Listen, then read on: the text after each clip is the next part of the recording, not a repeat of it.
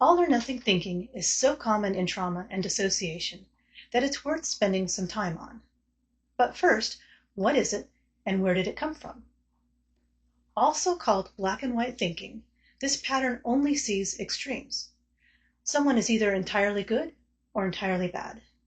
You either love someone or you hate them. You're a total failure or a complete success. Everyone has some unhelpful kinds of thinking, but in people with trauma, especially early in life trauma, it tends to show up more often and go deeper. That's because it didn't come out of nowhere. It had a purpose. All or nothing thinking developed as a survival strategy. It gave you quick answers in a chaotic world. Even if those answers weren't fully accurate, they created a sense of control, and that helped reduce fear and confusion. Imagine you just watched a movie. It wasn't the best you've ever seen, but it also wasn't terrible. Now imagine being asked to rate it on a scale from 0 to 100. You'd probably need a moment to think about it. There are a lot of options to choose from. But if you were simply asked, did you like it, yes or no, your answer would be much quicker.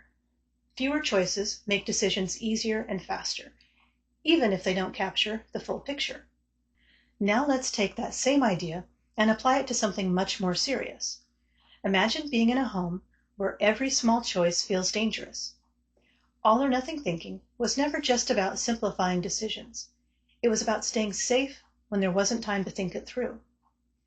In an abusive or unpredictable environment, clear categories like good and bad, or safe and dangerous, helped you make sense of what was happening, even if those interpretations were harsh or distorted. That predictability reduced anxiety. It simplified overwhelming emotions. If someone both loved you and hurt you, that was too much to hold, especially as a child. So your brain simplified it. They love me, so maybe this is what love feels like. That distortion protected your attachment, even if it wasn't the full truth. It helped you function.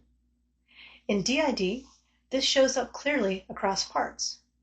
One part might say, nothing bad ever happened, and another part might believe the opposite. Everything's dangerous. That separation wasn't a mistake. It was a brilliant adaptation. It allowed your system to survive what no one part could carry alone. Even rigid rules, like I have to be perfect, may have felt safer than living with uncertainty.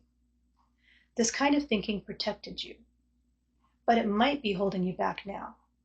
And that's what we'll explore next.